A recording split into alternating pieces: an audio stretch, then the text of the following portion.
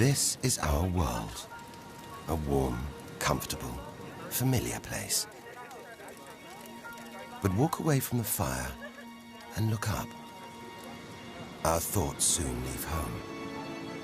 Are we just insignificant specks? Is the universe welcoming or hostile? We could stand here forever, wondering. Or we could turn our back on this beach, leave home, to see the universe from here to its edge, to discover its wonders, confront its horrors. Beautiful new worlds, malevolent dark forces.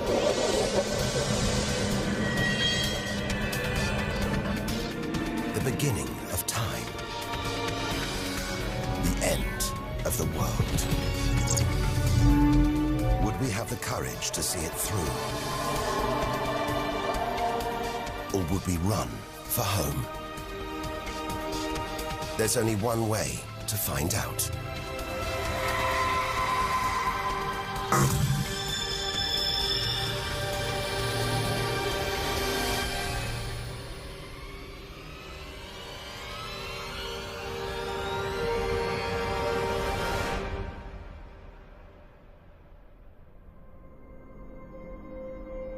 The edge of space, only 100 kilometers up, just an hour's drive from home.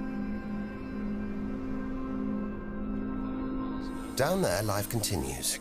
The traffic keeps moving, stocks go on trading, and Star Trek is still showing. Looks favorable enough at this point that the race should go. The Blue Jays will be without starter Jim Clancy for a couple of weeks. Escorting warming up. Order! Will the honourable gentleman resume his seat? Mr. Ashton. But we have to leave all this behind. To dip our toe into the vast, dark ocean beyond.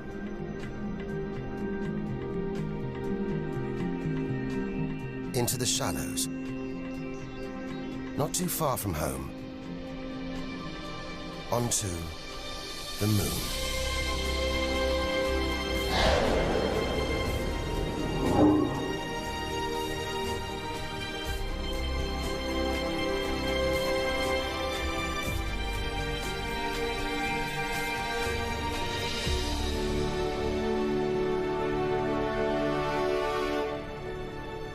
Dozens of astronauts have come this way before us. 12 of them have walked on the moon itself. Just over 400,000 kilometers from home, 3 days in a spacecraft. So close, it's as if we've barely left home. Familiar, safe, within sight of Earth.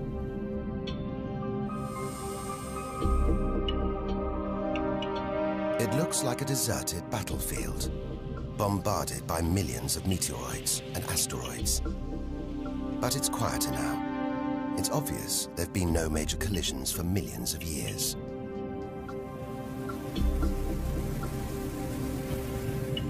This brings back memories. The Apollo 11 lunar module. Neil Armstrong's first footprints. Looks like they were made yesterday. There's no air to change them. They should survive for millions of years. Maybe longer than us.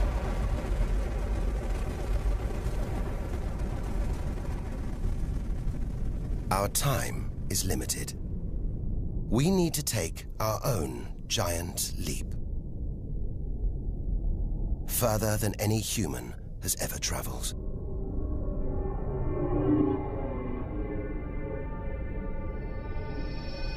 Out of the darkness, a friendly face. The goddess of love. Venus. The morning star. The evening star. Sometimes she welcomes the new day in the east. Others, she says goodnight in the west.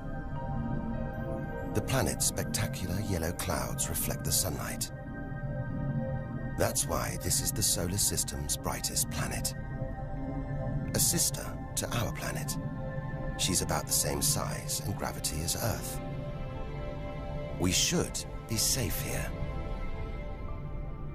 But the Venus Express space probe is telling us these dazzling clouds are made of deadly sulfuric acid, that the planet's atmosphere is choked with carbon dioxide. It's ringing alarm bells.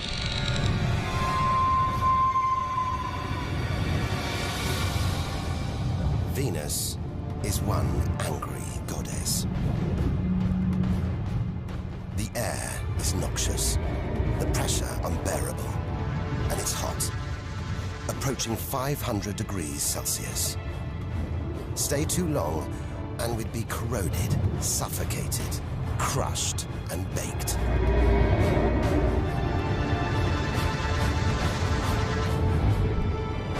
Nothing can survive here. Like this. It's a Soviet Venera robotic probe. Its heavy armor's being wrecked by the extreme atmosphere.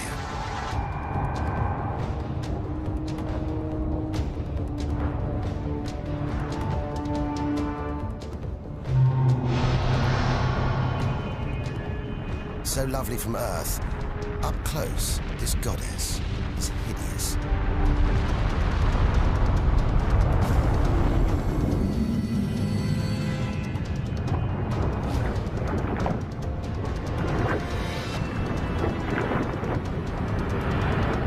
She's the sister from hell, pockmarked by thousands of volcanoes.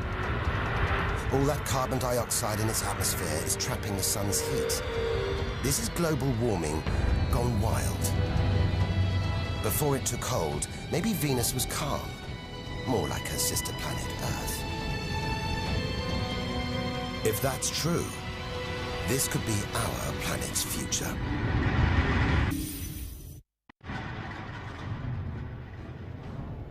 Beginning to think we shouldn't be out here, that we should turn back. But there's something hypnotic about the sun. Like Medusa, too terrible to look at, too powerful to resist, luring us onwards. On, like a moth to a flame. Dwarfed by, scorched by the sun, it's Mercury. Get too close to the sun, this is what happens. Temperatures swing wildly here. At night, it's minus 170 degrees. Come midday, it's 400 plus. Burnt, frozen, and look at those scars. A sign that Mercury had a violent past. The Messenger space probe. It's telling us something strange. For its size, this little planet has a powerful gravitational pull. It must be heavier than it looks.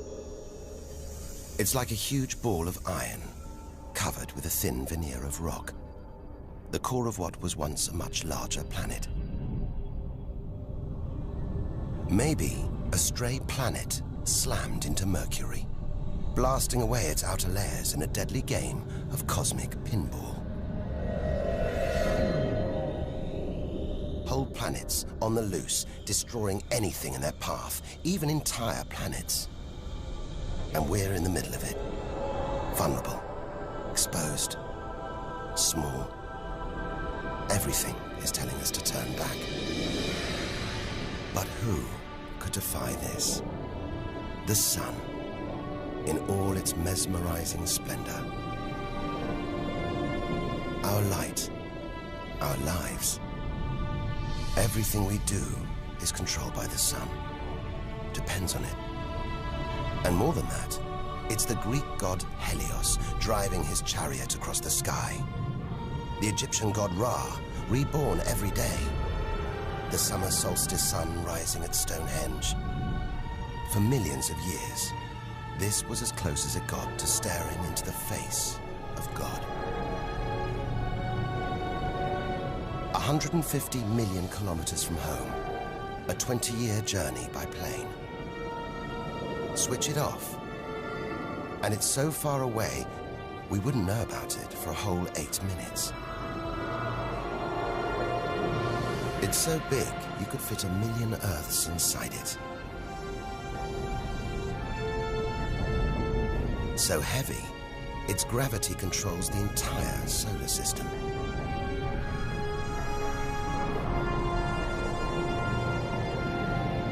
But who needs numbers? We've got the real thing. We see it every day, a familiar face in our sky. Up close, it's unrecognizable. A turbulent sea of incandescent gas.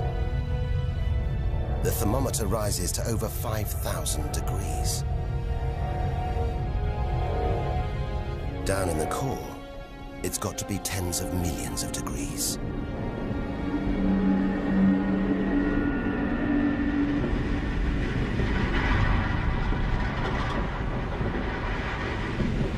Hot enough to trigger a nuclear reaction, turning millions of tons of matter into energy every second. More than all the energy ever made by mankind. Back home, we see this energy as light, feel it as heat. But up close, there's nothing comforting about the sun. It's so full of electrical and magnetic activity, it's bursting out in these huge incandescent gas loops called prominences. Each one releasing more energy than 10 million volcanoes. You could get the Earth through one of these loops and still have tens of thousands of kilometers to spare.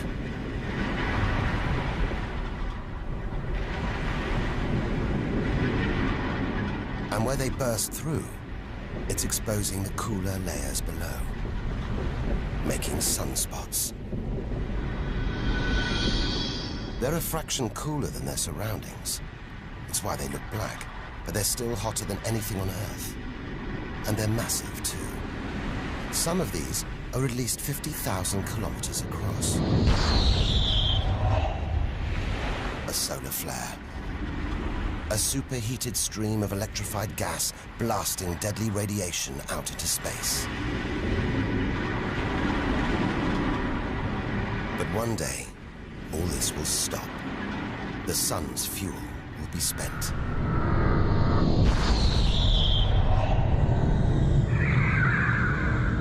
When it dies, that'll be it for the Earth as well. This God creates life and destroys it, demands we keep our distance.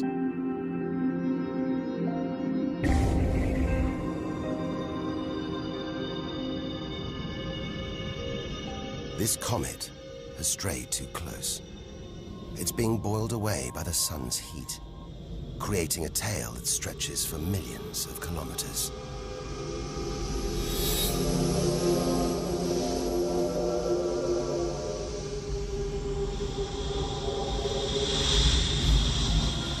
It's freezing in here. There's no doubt where this comet's come from. The icy wastes of deep space. But look at all this steam, the geysers and dust. It's the sun again, melting the comet's frozen heart. A kind of vast, dirty snowball, covered in grimy tar. Tiny grains of what looks like organic material, preserved on ice since, well, who knows when. Maybe even the beginning of the solar system. Say a comet like this crashed into the young Earth billions of years ago. Maybe it delivered organic material and water, the raw ingredients of life. It may have even sown the seeds of life on Earth that evolved into you and me.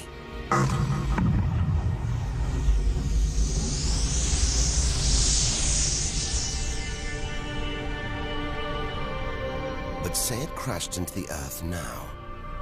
Think of the dinosaurs, wiped out by a comet or asteroid strike. It's only a question of time. Eventually, one day, unless we can find a way to protect ourselves, we'll go the way of the dinosaurs. The Earth is safe. For now. But if life on Earth was obliterated, we'd be stuck out here, homeless, adrift in a hostile universe. We'd need to find another home.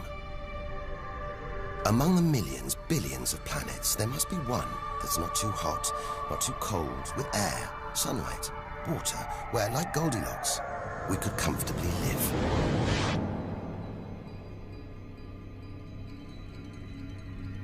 The Red Planet. Unmistakably, Mars. For centuries, we've looked to Mars for company, for signs of life.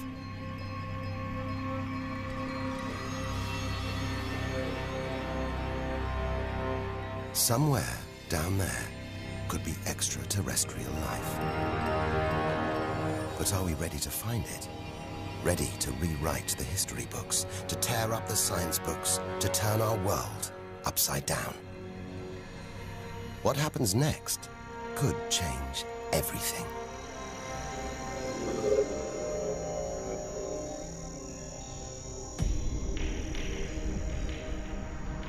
More than any other planet, Mars captures our imagination.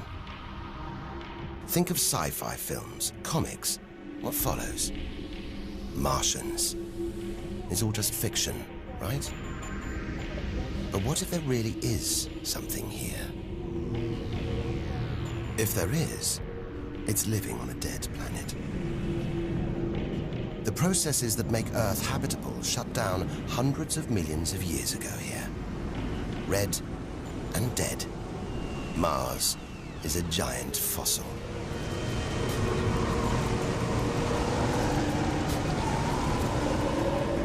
Something's alive. A dust devil, a big one. Bigger than the biggest tornadoes back on Earth. There's wind here, and where there's wind, there's air. Air that could sustain extraterrestrial life. But it's too thin for us to breathe, full of choking carbon dioxide. There's nothing to protect Mars from the sun's ultraviolet rays. And it's cold, as low as -80 degrees, freezing water in the ground, at the poles, and even in the atmosphere, as snow.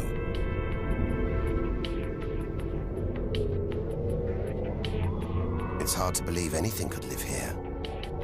But on Earth, there are creatures that survive in extreme cold, heat, and even in the deepest ocean trenches. It's as though life is a virus. It adapts, spreads. Maybe we're carrying the virus of life across the universe right now.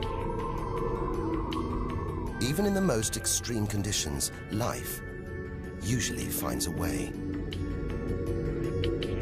But on a dead planet, with no geological activity to replenish the minerals and nutrients in its soil, no heat to melt its frozen water, and all this dust, it's hard to see where we're going.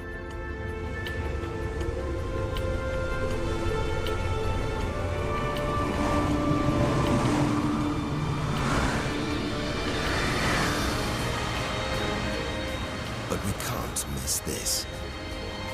Olympus Mons, a vast, ancient volcano, 3 times higher than Everest. So wide, it would stretch almost all the way across Spain. Since its discovery in the 1970s, it's been declared extinct.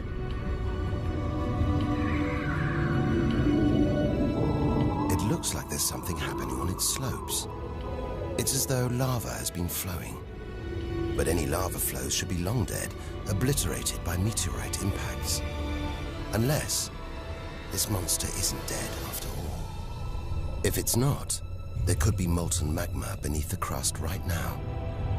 This changes everything. Volcanic activity could be melting frozen water in the soil. recycling minerals and nutrients, creating conditions for life to exist.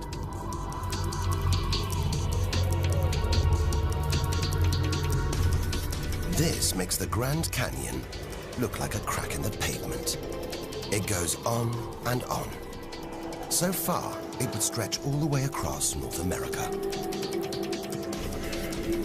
But look, signs of activity, erosion, and what looks like dried up riverbeds on the canyon floor.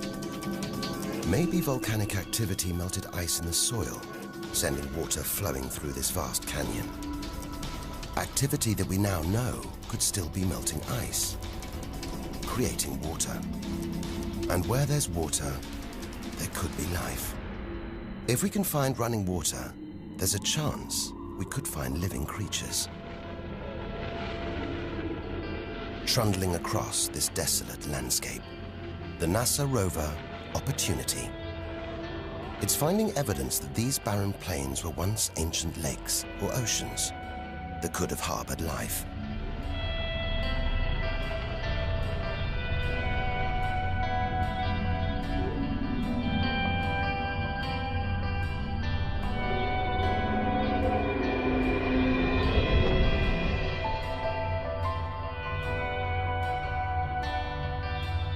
Look at these gullies.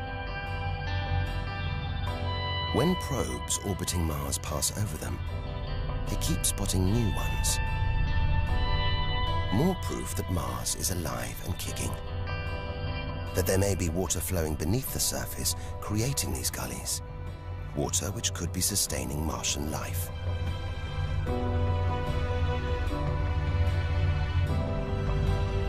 Now all we have to do is find it. Unless we've already found it. Not on Mars, but on Earth. There's one theory that has life starting here before moving to Earth. The idea is that an asteroid impact blasted fragments of Mars, complete with tiny microbes, out into space and onto the young Earth, where they sowed the seeds of life itself. No wonder we find Mars fascinating. It could be our ancestral home. If it's true, it means we're all Martians. The Mars we thought we knew is gone, replaced by this new, active, changing planet. And if we don't know Mars, possibly the solar system's most studied planet, what else don't we know? There must be other secrets out there, waiting to be discovered.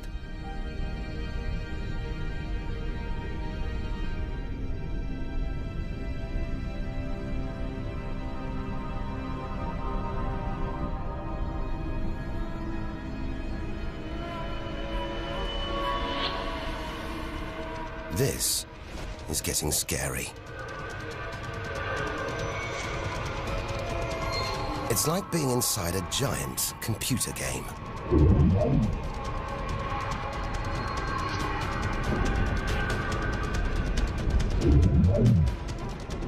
But these are all too real.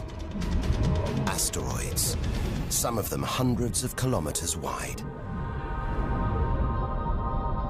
This one must be about 30 kilometers long. And look, perched on it, a space probe. Can't have been easy parking on an asteroid traveling at 80,000 kilometers an hour. It's a lot of effort to investigate some rubble. Rubble that regularly collides, breaking up and raining down on Earth as meteorites. Magical tokens, supernatural omens, and more than that. Turns out it was rubble like this that came together to make the planets, including our own.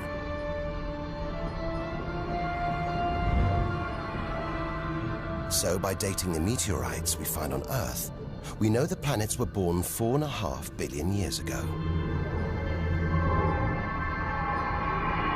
These are the birth certificates of our solar system, of our planet. But for some reason, these rocks didn't form into a planet. Something must have stopped them. Something powerful.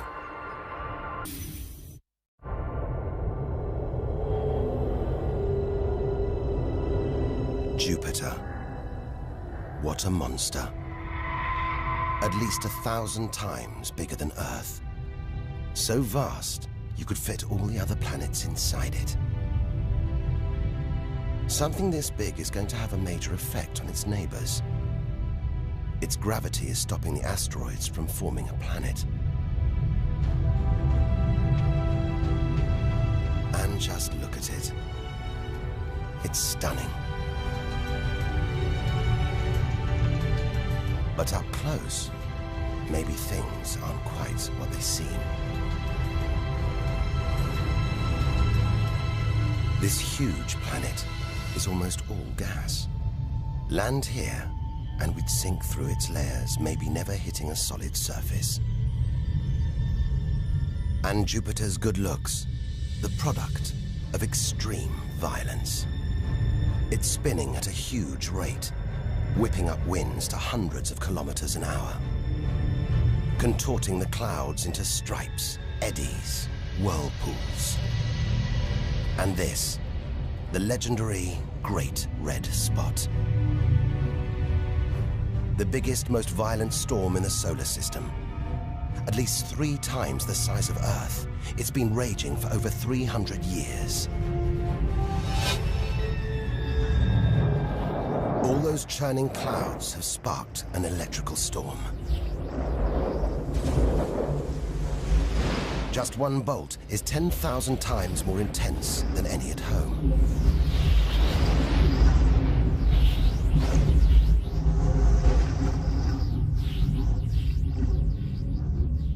It seems the best place, the safest place to see Jupiter is from a distance.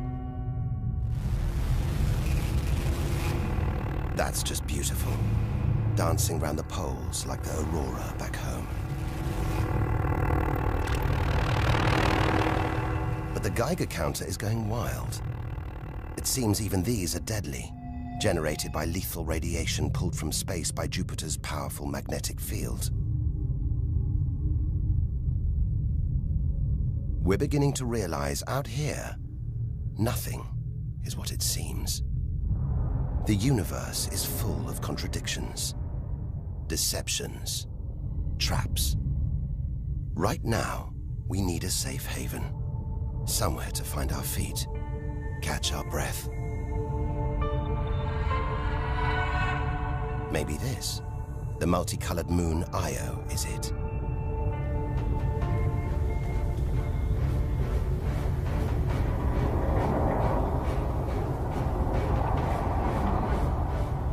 Those pretty colors, a molten rock, sulfur, volcanoes, spewing burning hot ash and sulfur hundreds of kilometers into the air. This is no safe haven. This is the most volatile place we've seen since the sun. Our magical journey to the edge of the universe is turning into a desperate flight. We've got to keep believing, hoping that amidst the dangers, there are wonders waiting to be discovered. 650 million kilometers from home. What a weird-looking place. And yet it looks strangely familiar.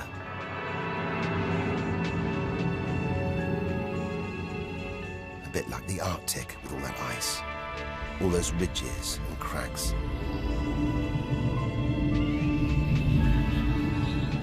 This is Europa.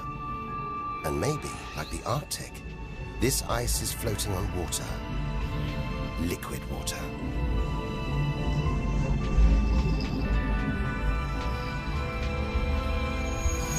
It's an intriguing thought. But we're 800 million kilometers from the sun. Surely Europa is frozen solid.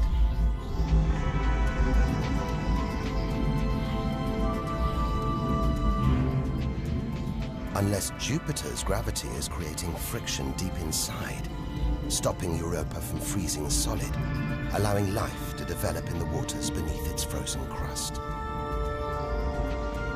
We might be meters away from aliens, from a whole ecosystem of microbes, crustaceans, maybe even squid. The only thing between us and the possibility of alien life, this layer of ice. But until we send a spacecraft to drill through the ice, Europa will remain one of the solar system's greatest mysteries.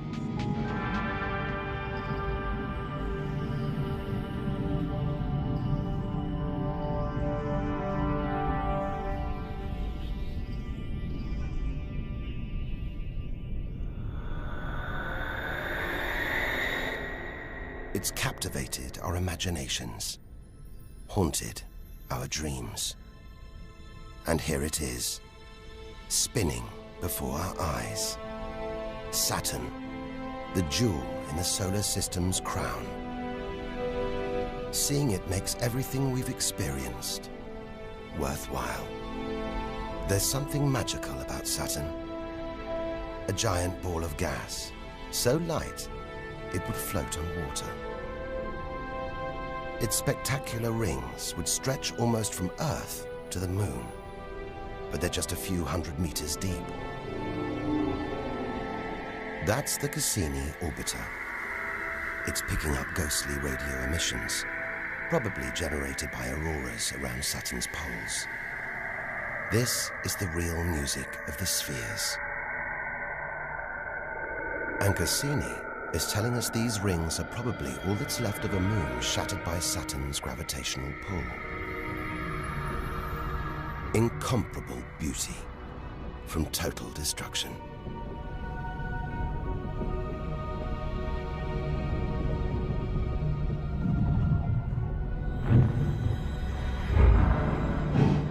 Billions of shards of ice, some as small as ice cubes, others the size of houses. They collide, break apart, reassemble. It's like a snapshot of our early solar system, as dust and gas orbited the newly born sun, and gravity worked its magic, pulling the lumps together until from debris like this, our home emerged.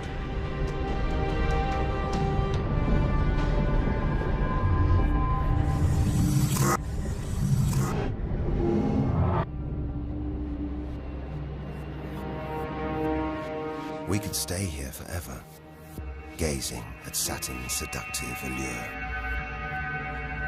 But we have to drag ourselves away.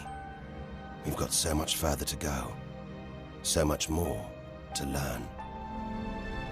Which isn't easy when the largest object in sight is this moon, wrapped in thick clouds. Titan.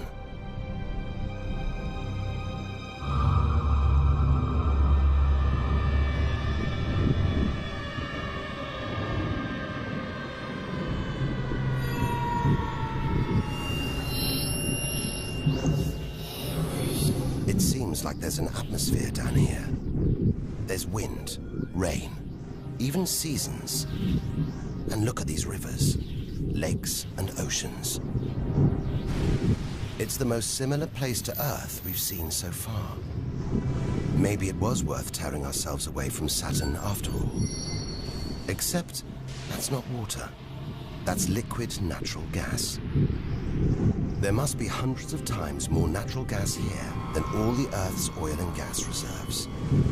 If we could get it home, it could power our cities, fuel our cars for thousands of years. Or maybe, one day, we could use it here to fuel a colony. Assuming there isn't life on Titan already. The Huygens space probe, dropped onto Titan's surface from Cassini, is here to find out. It's telling us there are organic materials in the soil, but it's so cold, minus 180 degrees. There's no way these could come together to form life. Unless Titan warms up. The sun is predicted to get hotter. When it does, maybe life will spring up here, just like it did on Earth billions of years ago. As the Earth gets too hot for us, maybe we'll move to Titan. One day we might call this distant place home.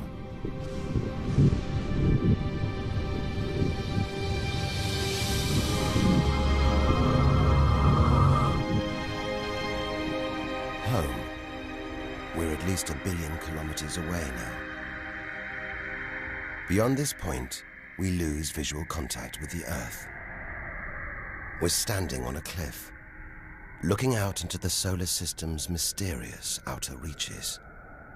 If we want to understand the universe, to reach its edge, we have to jump. Unseen from Earth, unknown for most of history, we're in the solar system's outer reaches. It's like diving down into the deep ocean.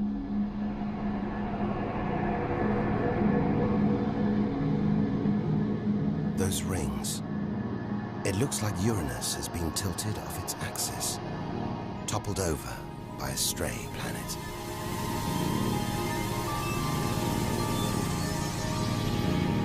It's eerie out here. Already beginning to feel small, lonely. Maybe this is how we'll feel, what we'll find at the edge of the universe. But we've barely left the shore. Shrink the Earth down to the size of a pea. We've traveled less than 2 kilometers. But to reach the edge of the solar system, we've got to travel another 20,000 kilometers. Out of the deep, another strange beast. The god of the sea, Neptune. This giant is swathed in methane gas. And look, a storm the size of Earth, whipped up by savage 1,500-kilometer-an-hour winds. Back home, it's the sun that drives the wind, but Neptune's too far away. Something else must be creating these ferocious winds, but nobody knows what. Our solar system is huge. It's alarming how little we really know about it.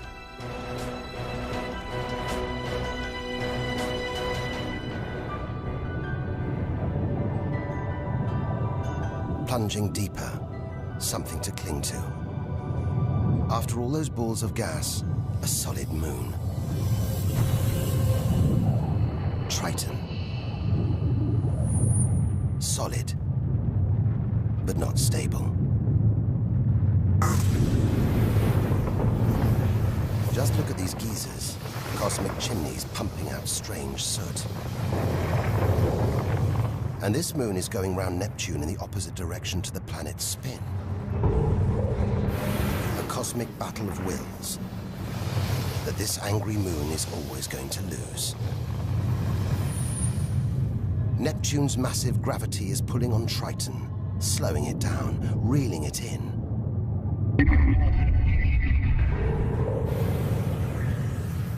One day, it'll be ripped apart by Neptune. And that's it. No more moons, no more planets to see in our solar system. It's getting colder. We're getting further from the sun, slipping from the grip of its gravitational tentacles. But look at all this. It's not a void.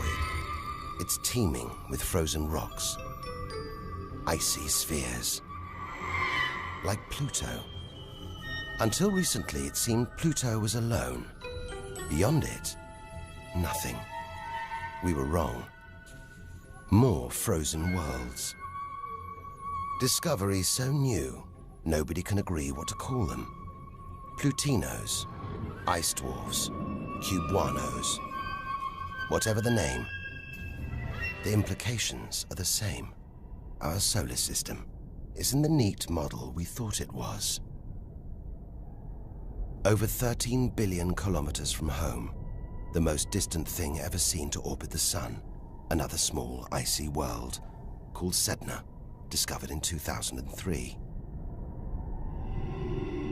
Its orbit takes 10,000 years and sends it 130 billion kilometers from the Sun. Hang on. There's something else out here. 16 billion kilometers from home, the space probe Voyager 1. If it wasn't for this bundle of aluminium and antennae, we'd have no images of the giant planets, no clue about their strange moons. It's traveling 20 times faster than a bullet, sending messages home.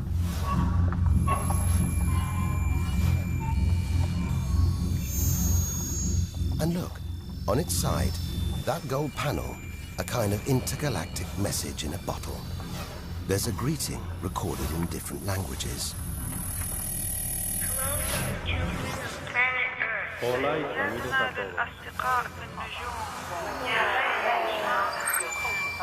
And a map showing how to find our solar system. But if you're in the jungle, is it wise to call out? Anyone, anything could hear our call, find out where we live, and come knocking. Friendly or not. A cloud of cosmic icebergs stretching for what seems like forever. They look like the comet we saw earlier. Maybe it started life out here, until something dislodged it, sending it towards the Sun, just like the comets that may have planted life on Earth billions of years ago. And seeing all this ice, maybe they carried water to Earth too. It's an astonishing thought. The water in the oceans, in your coffee, even in your body, all from this distant celestial ice machine.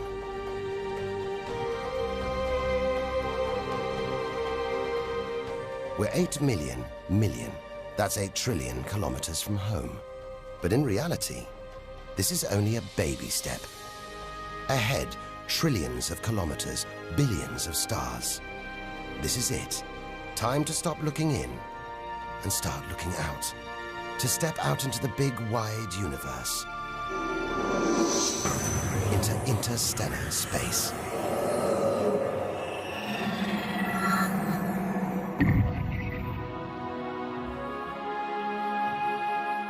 Interstellar space. Far beyond our solar system. What a view. Billions of stars like our own sun, many with planets, many of those with moons.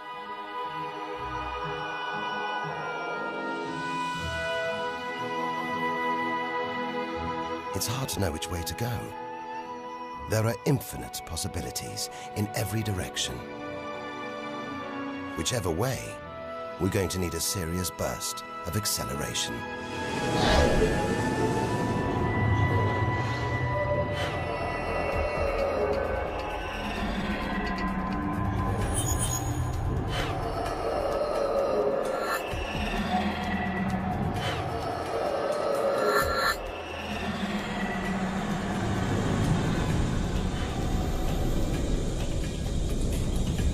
$40 trillion kilometers from home.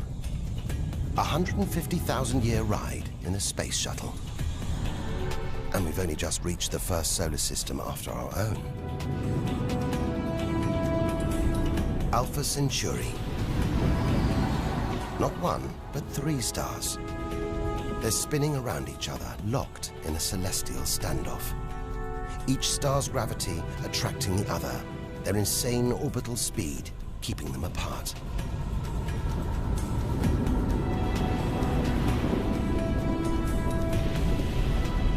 Get between them, and we could be flung into the face of one of these stars.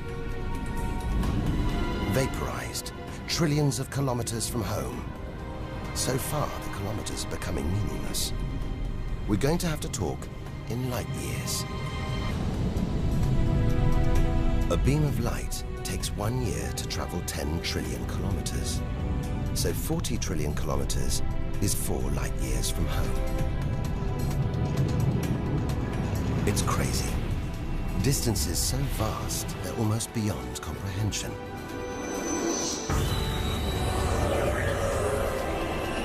And exciting. Who knows what strange worlds lie ahead? What we'll discover when, if we reach the edge of the universe.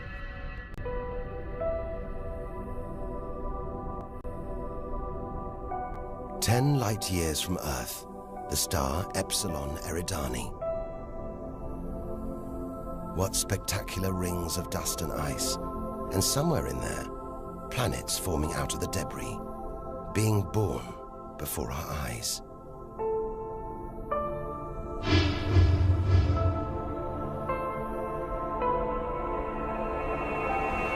Asteroids and comets everywhere.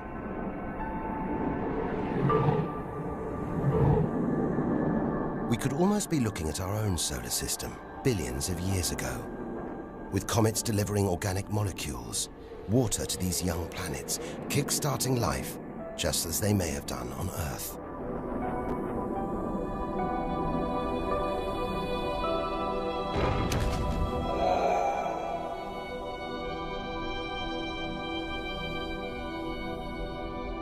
At the center of all this action, a star smaller than our sun.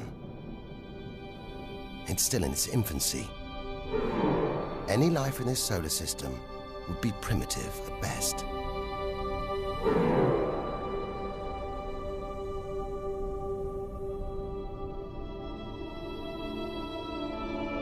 There must be more mature, developed solar systems out here. But finding them is like looking for a needle in a cosmic haystack.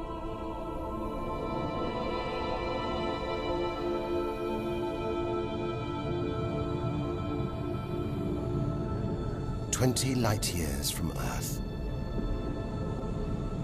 Star Gliese 581.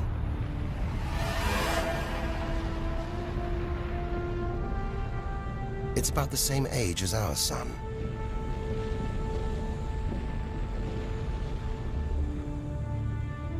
And orbiting it, this planet. It's just the right distance from its sun. Any closer and water would boil away. Any further, and it would freeze. Ideal conditions for life to have evolved.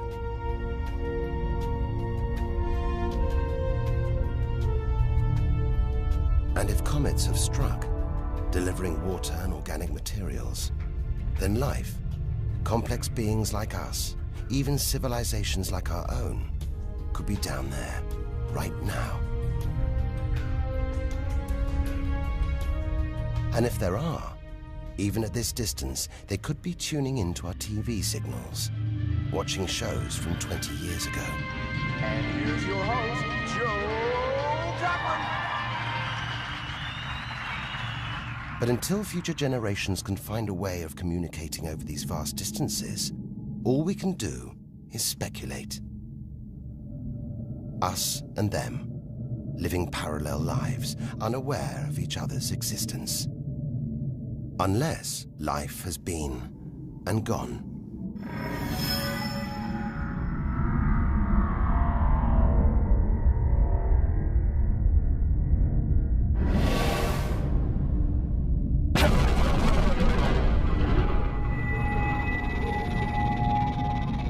That's the problem with comets.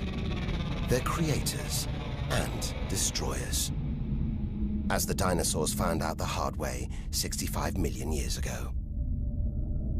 This is the needle in the cosmic haystack, the closest we've come to a habitable solar system like our own. But it's a chance encounter. There could be hundreds, millions more solar systems like this out here. Or none at all.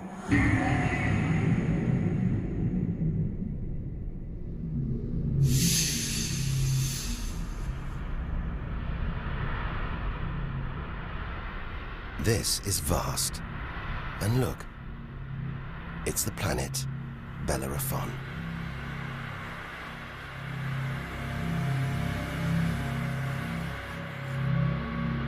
So close to its own sun, it's a miracle it was discovered at all. Problem is, from Earth, we can't see planets this far out. They're obscured by the brilliance of their neighboring stars. But the planets have a minute gravitational pull on those stars.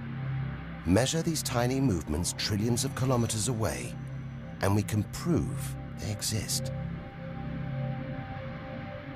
That's how we tracked down Bellerophon in the 1990s, opening the floodgates to the discovery of hundreds of other distant planets.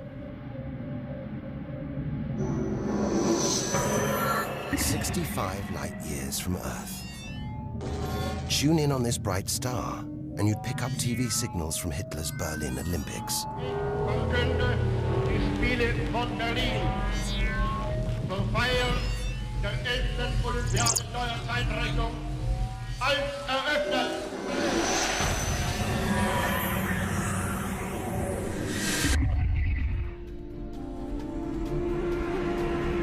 Twin stars. It's Algol, the demon star, feared since ancient times on account of its sinister behavior. From Earth, it appears to blink as one star passes in front of the other. Up close, it's even stranger. One star has expanded into the gravitational pull of the other. It's being sucked towards it. Almost 100 light years from home. Listen. One of the first ever radio broadcasts. Just a faint whisper. We'd appreciate it if anyone hearing this broadcast would communicate with us. We are very anxious to know how far the broadcast is reaching. And then silence. From here on out, it's as if Earth never existed. Any aliens living beyond here will have no idea we're there. It feels like a lifetime ago we stood on that beach, looking up at the sky, wondering where and how we fitted in.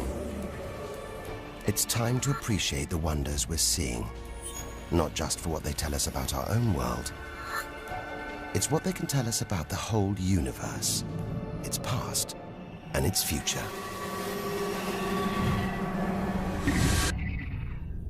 Deep inside our galaxy, the Milky Way, a vast celestial library, each star a book with a story to tell. It's all here, waiting for us to lift the cover. The Seven Sisters, daughters of the ancient Greek god Atlas, transformed into stars to comfort their father as he held the heavens on his shoulders.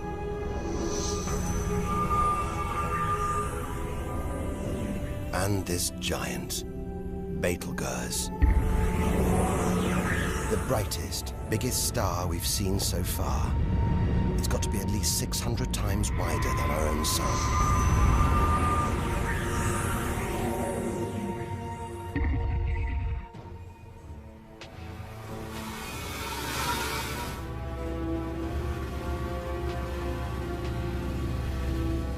But this, it's not a star.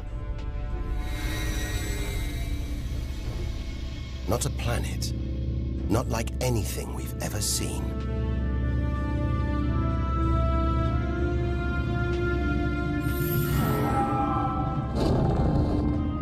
A ghostly spectre, more than 1,300 light years from Earth. Orion's dark cloud. Dust and gas, so dense it's shrouding us, shutting us off from the universe outside.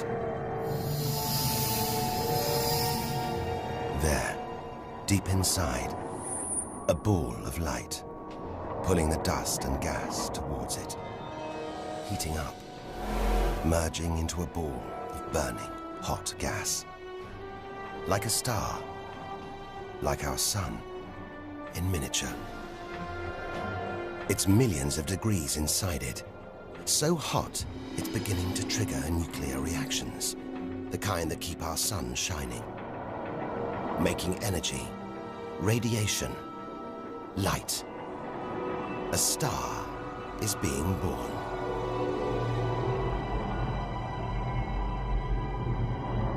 Or rather, stars.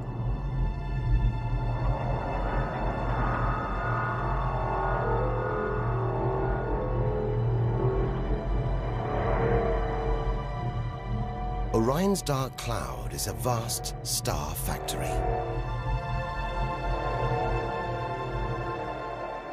We're witnessing the birth of the future universe.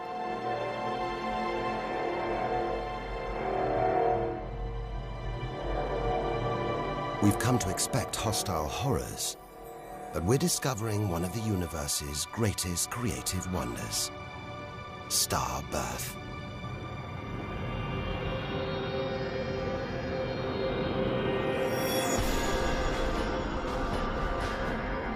Perhaps we spoke too soon.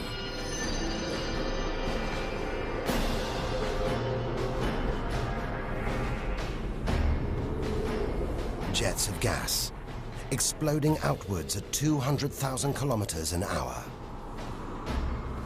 blasting dust and gas out for millions of kilometers.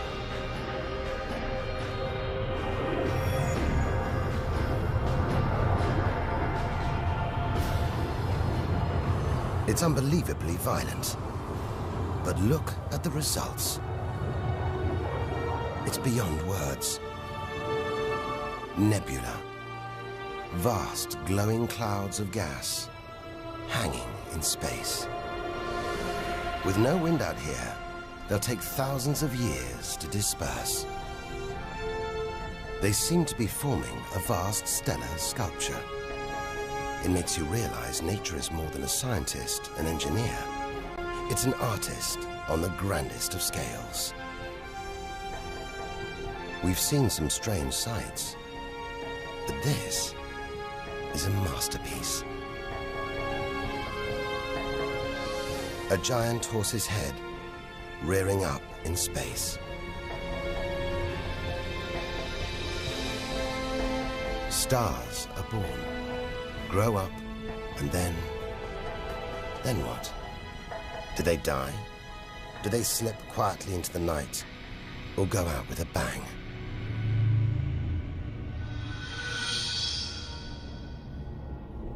Somewhere between here and the edge of the universe lies the answer.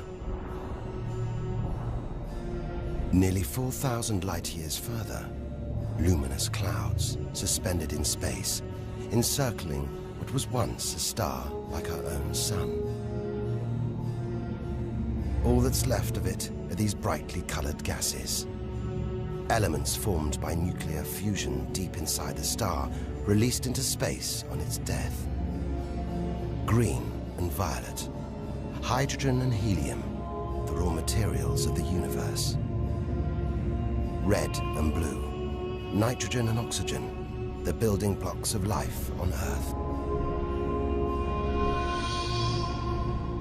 For us to live, stars like this had to die.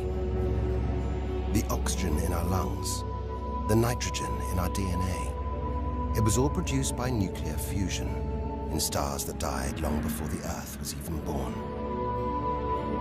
We are made of stellar nuclear waste. Our family tree begins here.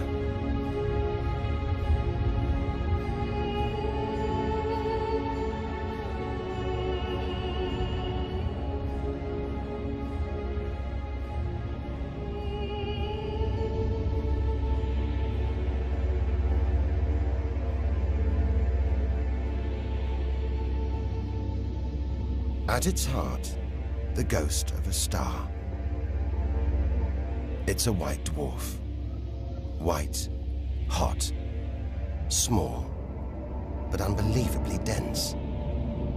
In the star's dying moments, its atoms fused and squeezed together, making it so dense that just a teaspoon of this white dwarf would weigh 1 ton.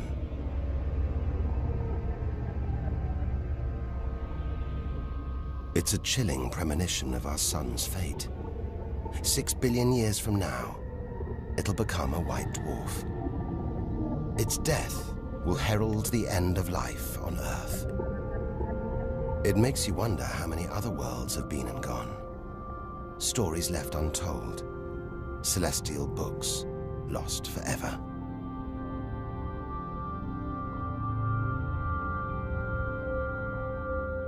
But the greatest story of them all is still to be told. we must go back through time to the very first chapter to tell the story of how the universe began. The scattered remains of a dead star. A nebula, the Crab Nebula. We're 6,000 light years from home, deep inside a stellar graveyard. We've learned so much, seen things we'd never have believed possible. Now, sights like this, wonders once beyond imagination, we take in our stride. We're ready. Ready to face whatever lies ahead. Determined to reach the edge of the universe. It looks dead, but maybe this is just the calm after the storm, after a massive explosion, powerful enough to turn a huge star into a cloud of dust and gas, a supernova.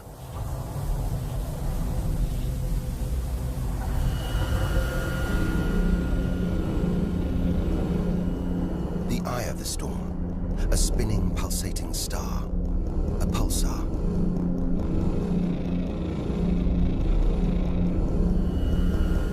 Gravity must have squeezed the giant star's core down to this. It's just 20 kilometers across, unimaginably dense. One pinhead of this would weigh hundreds, maybe millions of tons. As it shrank, like a figure skater spinning on the spot, arms outstretched, then pulling them in, it began to spin faster. 2 beams of light, energy, radiation, spinning 30 times a second, powering the huge cloud of dust and gas. There's so much radiation here, more even than on the sun.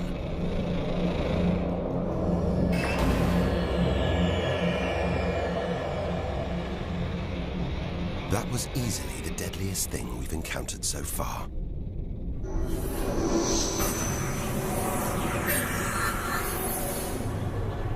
Once, it would have terrified us. But now we realize that without the dangers, there'd be no wonders. Without the nightmares, there'd be no dreams.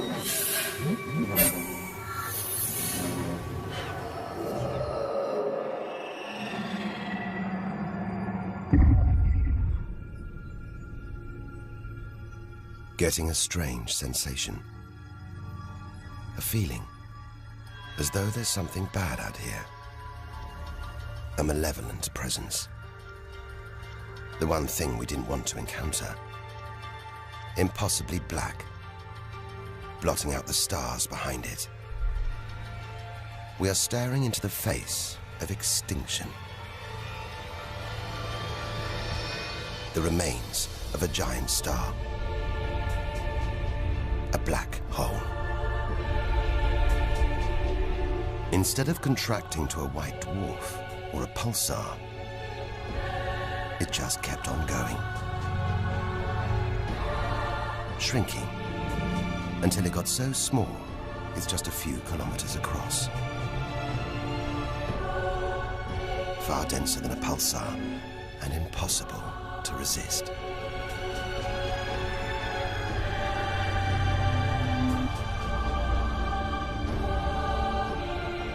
Stray too close, and there's no turning back.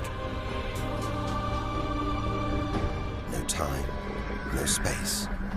All the rules of physics collapse.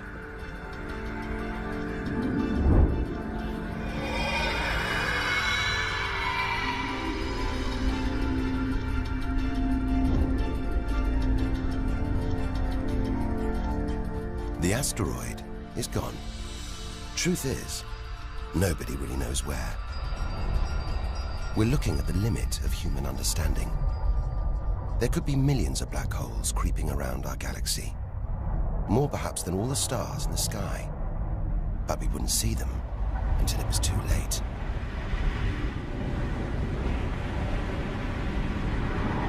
Like this star, spiraling, disappearing down an invisible plug hole.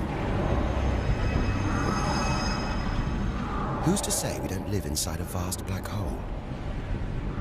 That the whole universe isn't inside one right now, inside another universe. Think about it for too long, and your mind reels. Sometimes it feels like the more we see, the less we know. But we do know our galaxy is more complex and more dangerous than we ever imagined. And we're still in our own galaxy, the Milky Way. The vastness of the universe beyond still lies ahead. The wonders, the dangers, the secrets, they're out there. But first, we've got to find a way out of the Milky Way.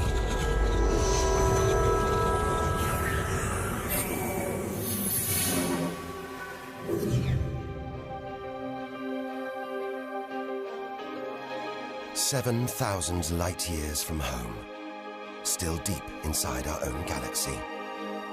It's as though we're in a forest thick with trees, each so beautiful, so fascinating. It's impossible to look beyond, to see the bigger picture. We have to find a way through, reach the clearing at the galaxy's edge. Only then can we begin to understand where it and we all began. But faced with sights like this, it's hard to leave. A colossal glowing cloud topped by these great towers of dust. The pillars of creation. Like a gateway into the far galaxy. Both pillars studded with tiny protrusions. Embryonic star systems. Each one the size of our solar system. Another monument to nature's astonishing creativity. We have to ignore its captivating beauty, its siren song, tear ourselves away, in order to carry onwards towards the edge of the galaxy.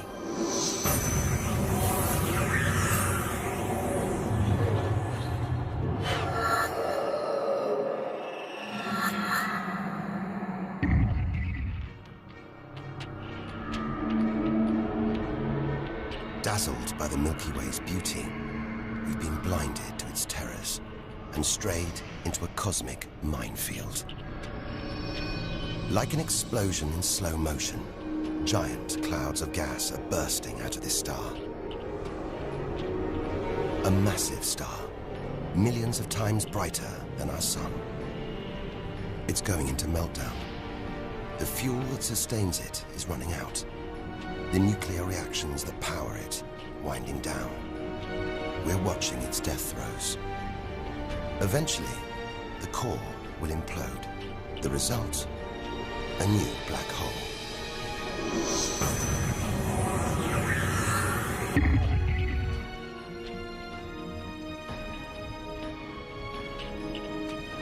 An even bigger, dangerously unstable star. But this one's about to explode.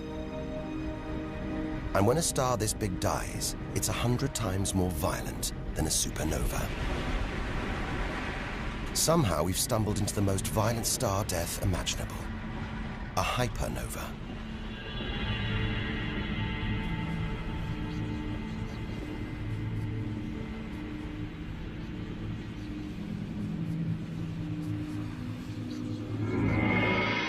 The core's collapsed. It's becoming a black hole.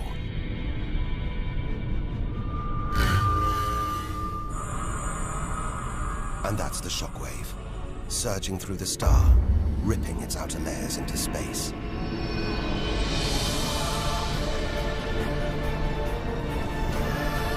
There's lethal radiation everywhere, enough to have a catastrophic effect on any planet unlucky enough to be nearby.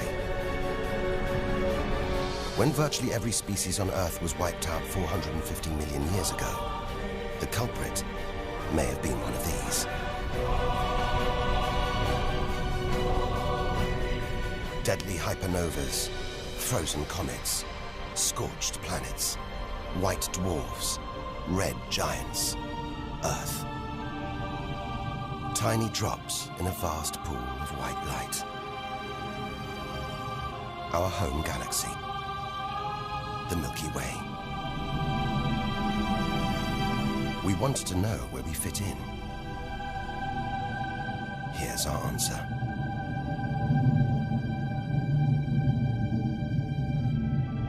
Civilizations, past and present. Everyone that's ever lived.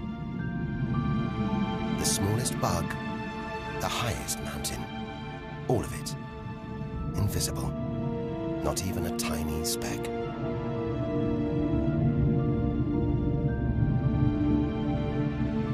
Our home is a minor planet of an insignificant star. If it disappeared right now, who or what would even notice? And yet, so far we found nowhere else we would rather live. Nowhere we could live. It's only now, far from home, that we're beginning to truly appreciate it.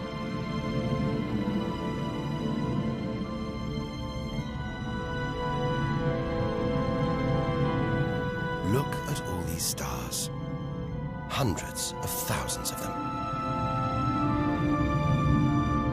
Surely one of these, more than one, must be capable of supporting life.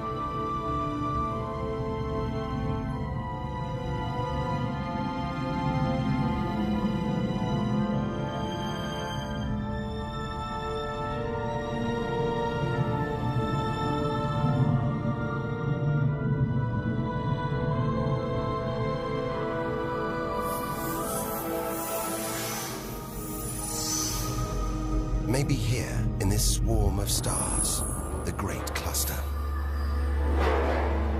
Back in the 1970s, astronomers sent a message in this direction, detailing the structure of our DNA and our solar system's location. But it's so far from home, the message won't arrive for at least another 25,000 years. We haven't found alien life yet. But neither have we found any reason to believe it isn't out here, somewhere. There's an equation, devised to estimate the number of other advanced civilizations. Crunch the numbers, and the result is shocking. There could be millions of civilizations, just in our own galaxy.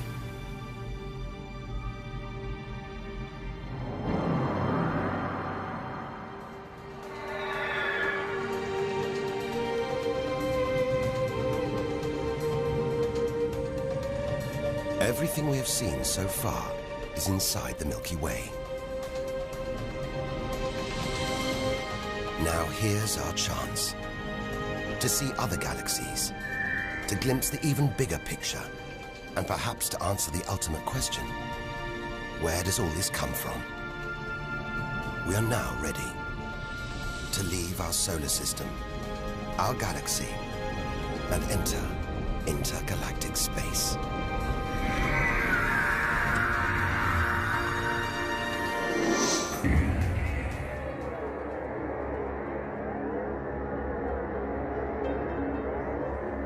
Beyond the Milky Way, through the vast expanse between galaxies, against all the odds, we've made it to intergalactic space.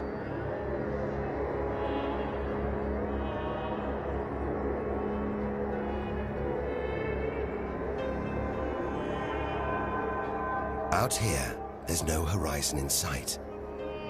Even the closest galaxies are millions of light years away. The remains of galaxies ripped apart by the Milky Way's huge gravitational pull.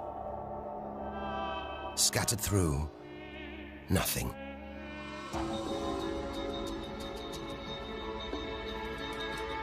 This is as close as the universe gets to a perfect vacuum. But even this isn't totally empty. There are thin wisps of gas, fine traces of dust, and something else. Dark matter. So mysterious we can't see it, feel it, taste it, touch it, or even measure it. Yet so common, it could make up over 90% of all the matter in the universe. If dark matter does exist, it means there's no such thing as empty space. Even out here, we're surrounded by matter. We only know it exists because of the strange hold it exerts on galaxies, like this one, the Large Magellanic Cloud.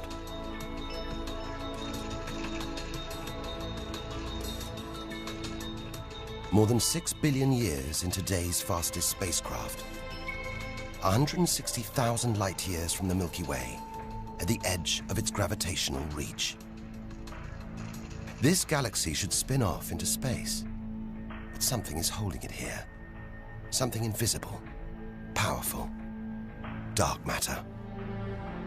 Stars, clusters of stars, nebulae. It's a vast astronomical treasure house. But look at this. It's like a string of gleaming pearls. It's a fireball, expanding out from what must have been a massive explosion, a supernova. So bright that when light from the explosion reached the Earth in 1987, it was visible with the naked eye. And so violent, it triggered a string of nuclear reactions, forcing atoms together, creating new elements: gold, silver, platinum, blasting them out into space.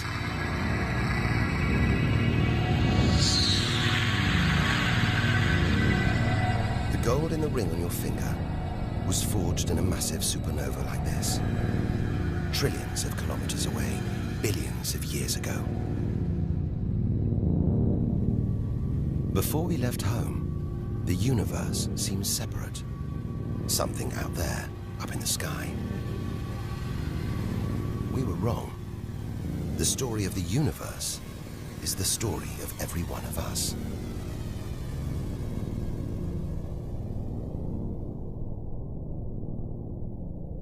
It's comforting to remember as we venture through this abyss. Further and further. Faster and faster.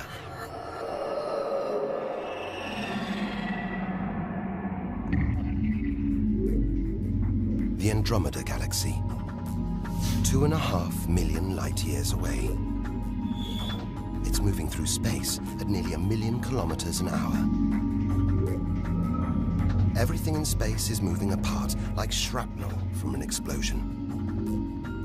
We're seeing this galaxy as it was when our ape-like ancestors first walked across the African plains.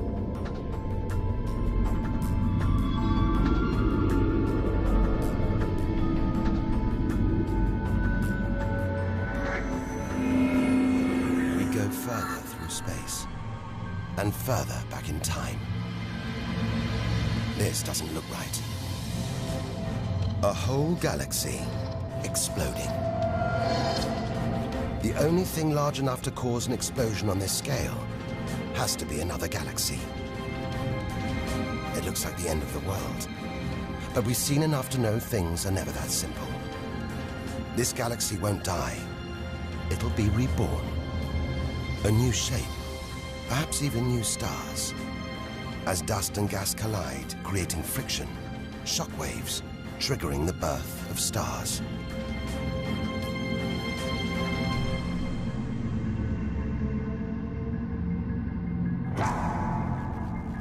There's order in this chaos, a pattern behind the infinite variety, an endless cycle of birth and death, creation and destruction.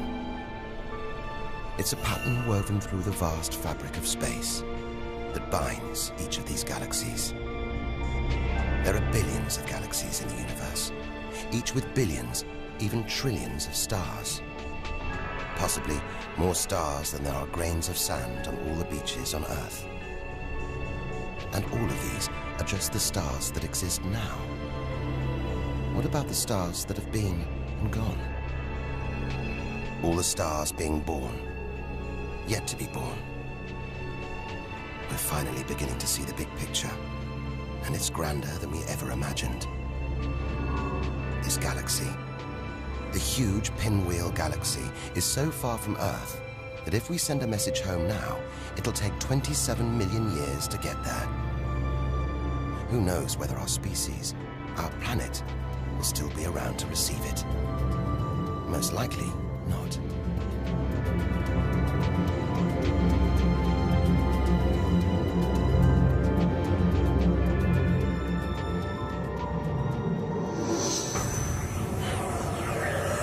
We travel on, back through time. Past the point where the dinosaurs were wiped out. Past the moment where the first creatures clambered onto land.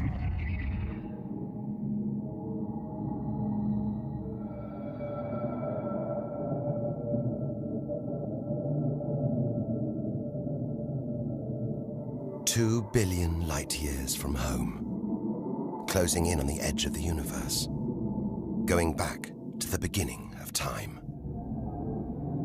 This isn't a galaxy. It's brighter than hundreds of galaxies put together. A blinding beam of energy bursting out for trillions of kilometers. Something this big, this bright, must be incredibly powerful. Experience tells us out here, power equals danger. It looks like a quasar, the deadliest thing in the universe.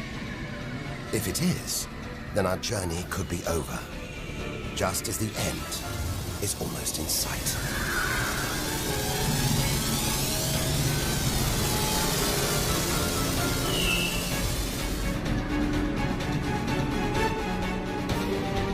The deadliest, most powerful thing in the universe. A quasar. A swirling cauldron of super-hot gas, brighter than hundreds of galaxies.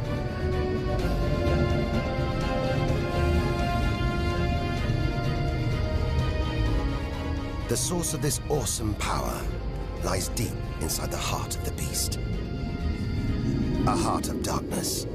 A supermassive black hole, as heavy as 1 billion suns.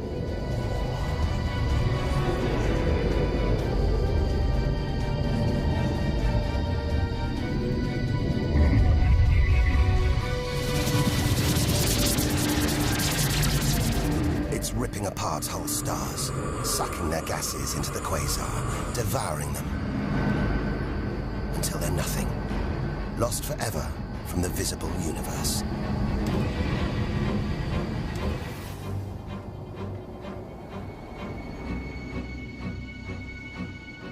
We've seen the worst the universe can throw at us, the most powerful and destructive forces the universe produces. Now it's on to the very edge of the universe. It's almost within reach.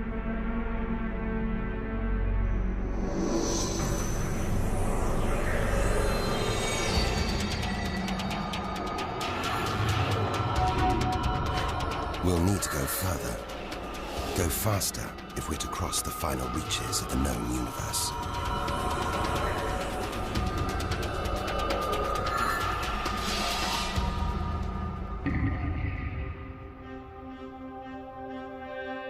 $8 billion light years from home. More galaxies. But these look different. Ragged, small, close together. We're so far back in time, we're seeing these galaxies as they were before the Earth was even born. They're still young, still growing. We're getting closer to where and how it all began. 12 billion years ago. Look at the galaxies now. They're more like primitive plankton floating in a vast, dark ocean.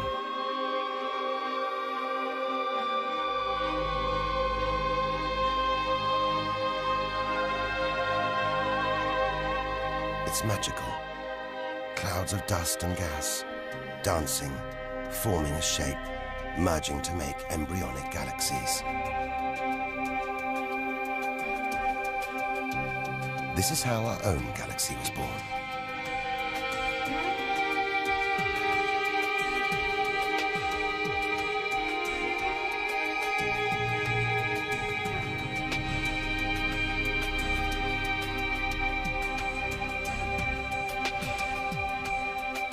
They're disappearing.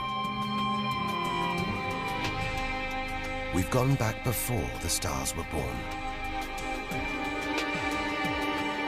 Into a cosmic dark age. And before that, light. The afterglow from a massive explosion. The explosion which created the known universe.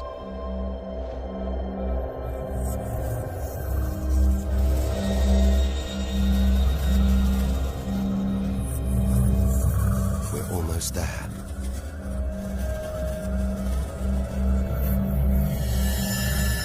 This is it. We've made it. The edge of the universe. 130 billion trillion kilometers from home. 13.5 billion years ago.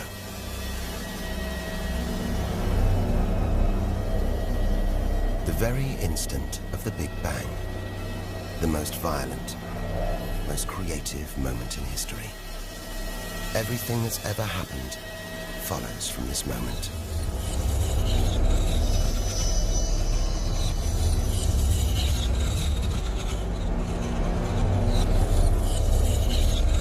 Every religion, every culture has pondered it. But we still don't know what sparked this act of creation, or why.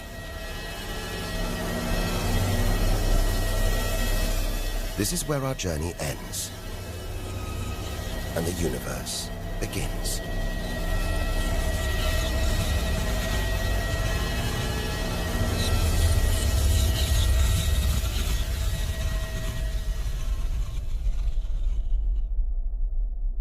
An infinitely hot, small, dense point erupts.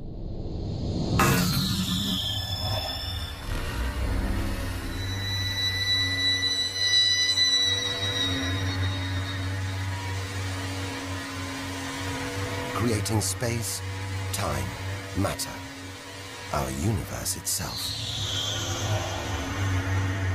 First, it's the size of a subatomic particle. The tiniest fraction of a second later, it's big enough to hold in the palm of your hand. Moments later, it's the size of the Earth.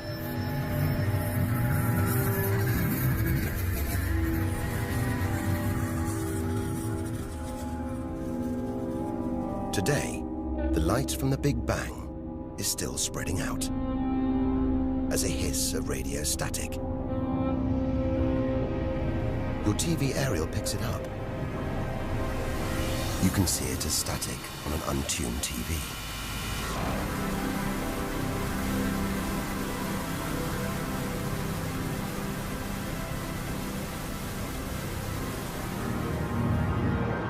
We go on, forwards through time, riding the blast wave. All the things we've seen on our journey are sparks flying out from the Big Bang. Galaxies, stars, planets, all just debris.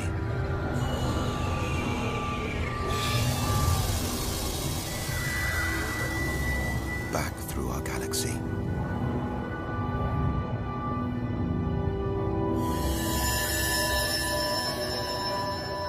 Our solar system.